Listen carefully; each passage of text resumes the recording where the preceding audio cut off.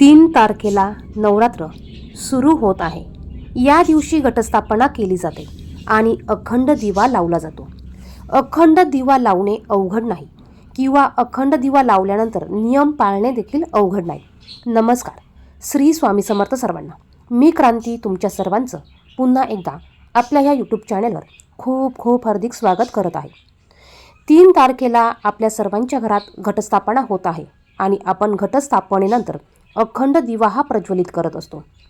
अखंड दिवा लावताना काही नियम पाळावे लागतात, परंतु अखंड दिवा लावणे काही अवघड नाही. अगदी साधे सोपे नियम पाळून आपण अखंड दिवा लावू शकतो. अखंड दिवा कसा लावायचा? अखंड दिवा ही विधवा स्त्री लावू शकते का?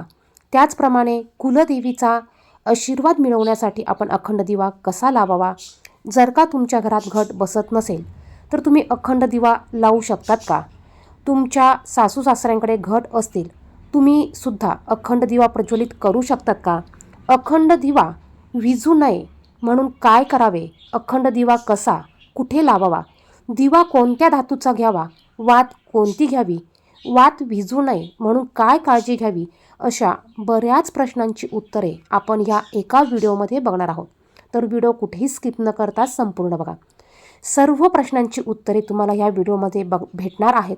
त्यामुळे तुम्ही चॅनलला सबस्क्राईब करा आणि बाजूच्या बेल आयकॉनला प्रेस करा. कमेंट बॉक्समध्ये श्री स्वामी समर्थ नक्की लिहा. सर्वांना पडणारा महत्त्वाचा प्रश्न म्हणजे आम्ही घटस्थापना करत नाही, मग आम्ही अखंड दिवा प्रज्वलित करू शकतो का?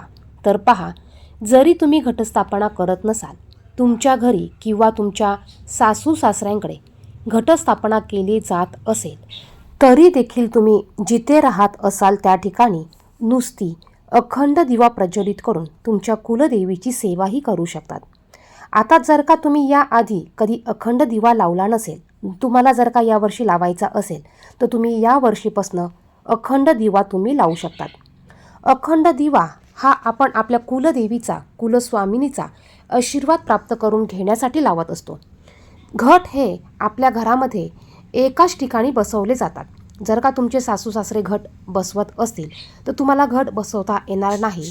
तुम्ही अखंड दिवा हा दरवर्षी प्रज्वलित करू शकतात. अखंड दिव्याची पूजा करून तुम्ही तुमच्या देवीला प्रसन्न करू शकतात. या नवरात्रीमध्ये आपल्या घरात आपली कुलस्वामिनी ही सूक्ष्म स्वरूपात वास करत असते आणि म्हणूनच आपण सर्वांनी आपल्या घरामध्ये नवरात्रीच्या 9 दिवसांमध्ये अखंड दिवा हा प्रज्वलित करायचा आहे. यानंतर बघा, जर का तुम्हाला तुमची कुलदेवी माहिती नसेल तर मग काय करायचं? जर का तुम्हाला तुमची कुलदेवी माहिती नसेल तर तुम्ही तुमची कुलदेवी कोणती आहे हे माहिती करून घ्या आणि तुम्ही त्या कुलदेवीची पूजा करून देवीसमोर अखंड दिवा प्रज्वलित करू शकतात. जर का तुम्हाला तुमची कुलदेवी अजिबात माहिती नसेलच आणि तुम्हाला दिवा प्रज्वलित करायचा असेल तर तुम्ही नवरात्रीच्या पहिल्या दिवशी तुम्ही अखंड दिवा प्रज्वलित करून तुम्हाला देवीसमोर बसून, तुमच्या देवघरासमोर बसून प्रार्थना करायची आहे आणि प्रार्थना करून तुम्हाला हा अखंड दिवा प्रज्वलित करायचा आहे. प्रार्थना काय करायची तर पहा, मला माझी कुलदेवी माहिती नाही आहे, माझी जी पण कुलदेवी असेल, कुलस्वामिनी असेल, तिच्या नावाने मी हा अखंड दिवा 9 दिवस प्रज्वलित करत आहे. तुम्हाला अशी प्रार्थना करायची आहे आणि तुम्हाला दिवा हा प्रज्वलित करायचा आहे. यानंतर जर का तुम्ही भाड्याच्या घरात राहत असाल, तुमचं स्वतःचं घर नसेल, तरी देखील तुम्ही भाड्याच्या किंवा रेंटच्या घरामध्ये तुम्ही अखंड दिवा हा प्रज्वलित करू शकतात. यानंतर म्हणजे बघा, जर का तुम्ही विधवा स्त्री असेल आणि जर का तुमच्या घरात कोणीही सुवासीन स्त्री नसेल, तर तुम्ही विधवा स्त्री जरी असला तरी देखील तुम्ही अखंड दिवा हा प्रज्वलित करू शकतात. कारण आपण आपल्या कुलदेवीची सेवा करत असतो आणि कुलदेवीची सेवा करताना आपल्याला कुठलेही नियम पाळण्याची गरज नसते. मग तुम्ही विधवा जरी असला तरी देखील तुम्ही कुलदेवीची सेवा करू शकतात. कुलदेवीच्या नावाने अखंड दिवा तुम्ही प्रज्वलित करू शकतात. आता अखंड दिवा हा तुम्ही घटस्थापना जिथे करणार आहात त्या ठिकाणी प्रज्वलित केला जातो. जर का तुम्ही घटस्थापना करत नसाल, तुम्हाला फक्त अखंड दिवा लावायचा असेल, तर तुम्ही तुमच्या देवघरासमोर अखंड दिवा प्रज्वलित करू शकतात. त्याचप्रमाणे तुम्ही देवघराच्या बाजूला चौरंग मांडून किंवा पाट मांडून त्यावर कुलदेवीचा फोटो ठेवून त्या फोटोसमोर तुम्ही अखंड दिवा प्रज्वलित करू शकतात. आता दिवा कसा प्रज्वलित करायचा हे आपण पाहू. ज्या ठिकाणी दिवा प्रज्वलित करायचा आहे त्या ठिकाणी आपल्याला चौरंग पाट, त्यावर एक कपडा अंथरून घ्यायचा, त्यावर आपल्याला थोड्याशा अक्षदा ह्या ठेवायच्या आहे. मग तुम्ही अक्षदांची रास ठेवू शकतात किंवा या पद्धतीने अष्टदल कमल काढू शकतात. आपल्याला दिव्याला खाली आसन द्यायचं असतं. दिवा कधीही हात जमिनीवर ठेवायचा नसतो. व्हिडिओत दाखवल्याप्रमाणे तुम्ही दिवा ठेवण्यासाठी तांदळाने अष्टदल कमळ काढून घ्यायचं आहे. यानंतर हे अष्टदल कमळ काढल्यानंतर आपल्याला यावर थोडंसं हळदी कुंकू टाकायचं असतं आणि मग यावर दिवा ठेवायचा आहे. आता दिवा घेताना तुम्ही हा दिवा कुठल्याही धातूचा घेऊ शकतात. तर पहा, या पद्धतीने आपल्याला हळदी कुंकू टाकून एक प्लेट ठेवायची आहे आणि यावर आपल्याला दिवा ठेवायचा आहे. म्हणजे दिव्यातील तेल हे खाली सांडणार नाही किंवा ते पाझरणार नाही. दिवा घेताना तुम्ही कुठल्याही धातूचा दिवा घेऊ शकतात. दिवा घेताना हा आपल्याला मोठ्या आकाराचा दिवा घ्यायचा आहे. कारण यामध्ये आपल्याला 9 दिवस पुरेल एवढं तेल टाकायचं असतं. म्हणजे बघा, दिवा कंटिन्यू 2-3 दिवस हा कंटिन्यू चालला पाहिजे. म्हणजे दिवा विझणार नाही, तेल संपणार नाही, अशा पद्धतीने आपल्याला दिवा घ्यायचा आहे. तर या ठिकाणी मी या पद्धतीचा दिवा घेतलेला आहे. कारण पहिल्यापासून मी याच पद्धतीचा दिवा वापरते आणि ह्या दिव्यामध्ये 4 ते 5 दिवस तेल टाकण्याची मला गरज पडत नाही. तुम्ही पितळेचा दिवा घेऊ शकतात, मोठी समई लावू शकतात. तुम्हाला जो धातूचा दिवा घ्यायचा असेल त्या धातूचा तुम्ही दिवा वापरू शकतात. दिवा तुम्ही हाच घेतला पाहिजे, पितळीचाच घेतला पाहिजे असं काही नाही. तुम्ही तुमच्या यथाशक्तीने, तुमच्या परंपरेनुसार तुम्ही दिवा हा घ्यायचा आहे. आता दिव्यामध्ये आपल्याला तेल कोणतं वापरायचं? तर दिव्यामध्ये तुम्ही तेल तुमच्या यथाशक्तीने, तुमच्या इच्छेने कोणतंही तेल तुम्ही वापरू शकतात. तुम्हाला शक्य झाल्यास तुम्ही नवरात्रीत 9 दिवस शुद्ध गाईच्या तुपाचा अखंड दिवा प्रज्वलित करू शकतात किंवा तुमच्या घरात ते तेल वापरत असाल ते तेल तुम्ही ह्या दिव्यामध्ये वापरायचं आहे. त्यानंतर दिव्यामध्ये आपल्याला वात जी बनवायची असते, ही वात काही ठिकाणी कापसाची टाकतात, काही ठिकाणी ही वात कलव्याची म्हणजेच लाल धाग्याची केली जाते. तर पहा, मी दिव्यामध्ये नेहमी कापसाची वात तयार करून घालत असते. तुमच्या घरात ज्या पद्धतीची वात घालत असाल त्या पद्धतीने तुम्हाला वात तयार करून घ्यायची आहे. वात घेताना आपल्याला 1.25 पट वात तयार करायची आहे. म्हणजे ती अखंड 9 दिवस पुरते. मध्ये वात संपत नाही, दुसरी वात आपल्याला पुन्हा टाकण्याची गरज पडत नाही. आता बऱ्याच ठिकाणी लाल धाग्याची वात म्हणजेच कलाव्याची वात वापरली जाते. तर तुमच्या घरात परंपरेनुसार यथाशक्तीने जी वात वापरत असाल ती वात तुम्ही वापरायची आहे. हीच वात वापरली पाहिजे, तीच वात वापरायची असा कुठलाही नियम नाही. तर या ठिकाणी मी कापसाची वात घातलेली आहे आणि ही वात मी घरी तयार करून घेतलेली आहे. लांब असा कापूस आणायचा, त्याची लांब अशी वात तुम्ही घरी तयार करून घेऊ शकतात किंवा तुम्ही बघा, आता जिथे पूजेचं सामान मिळतं त्या ठिकाणी रेडीमेड अशी घटासाठी वात तयार मिळते. तुम्ही ती वात आणून लावली तरी चालणार आहे. फक्त वात घेताना तुम्हाला ती 9 दिवस पुरेल अशी मोठी वात तयार करून घ्यायची आहे. दिव्यामध्ये कापसाची वात आणि तेल घातल्यानंतर आपल्याला दिवा प्रज्वलित करून घ्यायचा आहे आणि दिव्याला हळदी कुंकू, अक्षदा, फूल अर्पण करून ह्या दिव्याची पूजा करून घ्यायची आहे. आता घटस्थापनेसाठी आपण अखंड दिवा लावत असतो. हा दिवा लावण्याचा एक शुभ मुहूर्त असतो. आपल्याला या शुभ मुहूर्तावरच हा दिवा प्रज्वलित करून घ्यायचा आहे. तर पहा, या पद्धतीचा कापूस आपण घेऊन त्याची अखंड अशी वात आपण घरी तयार करू शकतो.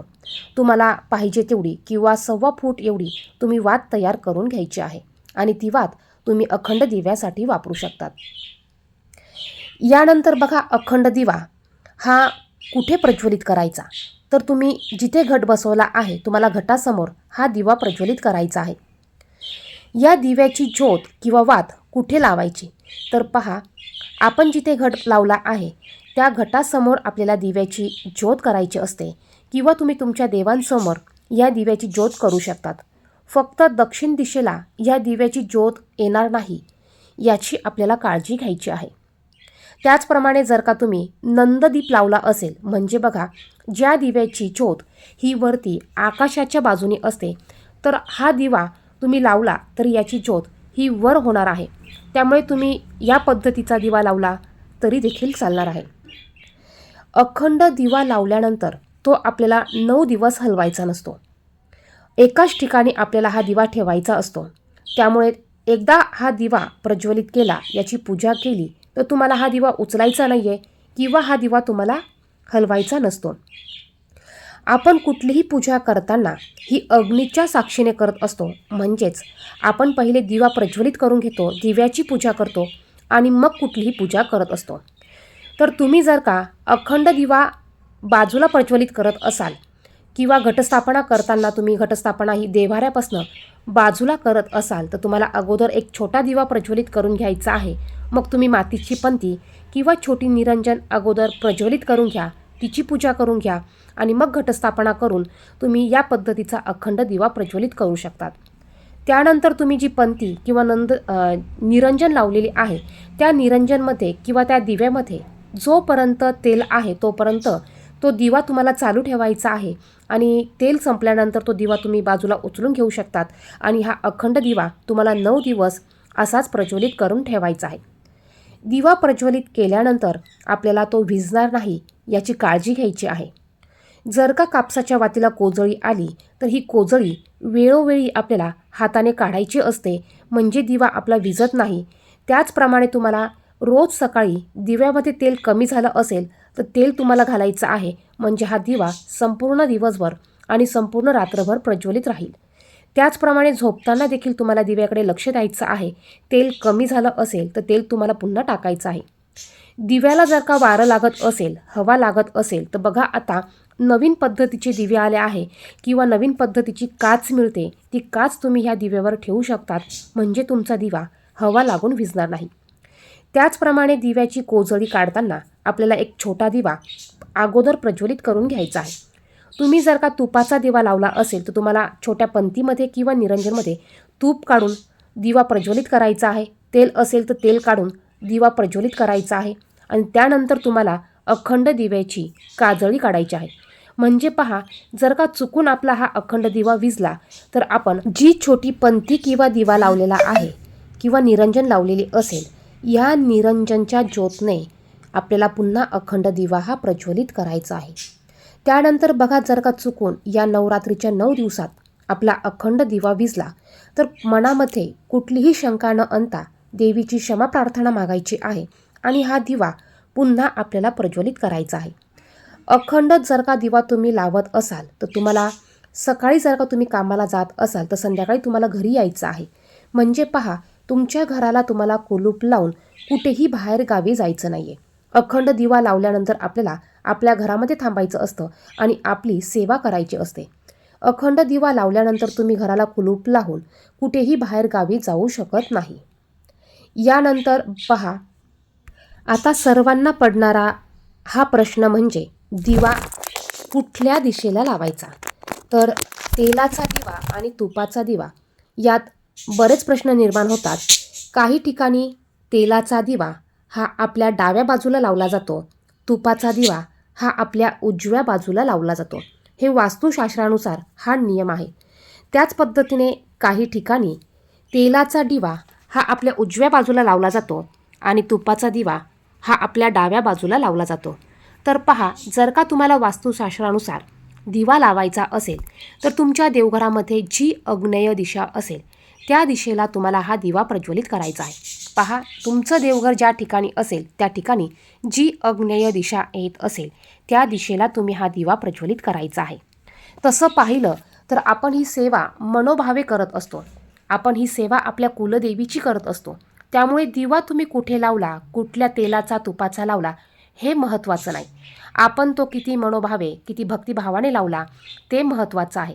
आपण सेवा किती मनापासून करतो हे महत्त्वाचं असतं. त्यामुळे तुम्ही तुमच्या यथाशक्तीने किंवा तुमच्या देवघरामध्ये असलेल्या जागेनुसार जिथे घट तुम्ही मांडला असेल त्या स्थितीनुसार तुम्ही हा दिवा प्रज्वलित करू शकतात. दिव्याची ज्योत फक्त आपल्याला दक्षिण दिशेला येईल या पद्धतीने दिवा लावायचा नाही आहे. दिव्याची ज्योत तुम्ही तुमच्या घटाकडे करू शकतात. दिवा लावताना आपल्याला कुठला मंत्र म्हणायचा, तर पहा, तुमची जी कुलदेवी असेल त्या कुलदेवीचा तुम्हाला मंत्र म्हणायचा आहे. मग कुठलीही कुलदेवी असू द्या, तुम्ही 99 मंत्र म्हणत तुम्ही अखंड दिवा हा प्रज्वलित करू शकतात. किंवा तुम्हाला जो पण मंत्र येत असेल तुम्ही त्या देवीच्या मंत्राचा जप करत हा अखंड दिवा लावायचा आहे. आता या ठिकाणी बघा, मी माझ्या देवघरामध्ये एक दिवा वेगळा लावलेला आहे आणि जिथे घट मांडला आहे त्या ठिकाणी मी दुसरा दिवा हा प्रज्वलित केलेला आहे. ज्या घटासमोर मी दिवा लावलेला आहे या दिव्याची ज्योत ही मी घटाकडे केलेली आहे. त्या पद्धतीने तुम्ही हा दिवा प्रज्वलित करू शकतात. तर या पद्धतीने आपल्याला अखंड दिवा प्रज्वलित करायचा आहे. या काही गोष्टी आहेत, या छोटे छोटे जे नियम आहेत हे नियम आपल्याला फक्त पाळायचे आहेत. व्हिडिओमध्ये सांगितलेली माहिती तुम्हाला आवडली असेल तर व्हिडिओला नक्कीच एक लाईक करा. त्याचप्रमाणे कमेंट बॉक्समध्ये तुमची कुलदेवी असेल त्या कुलदेवीचं नाव नक्की लिहा किंवा श्री स्वामी समर्थ नक्की लिहा. त्याचप्रमाणे व्हिडिओ जास्तीत जास्त इतरांना देखील शेअर करा.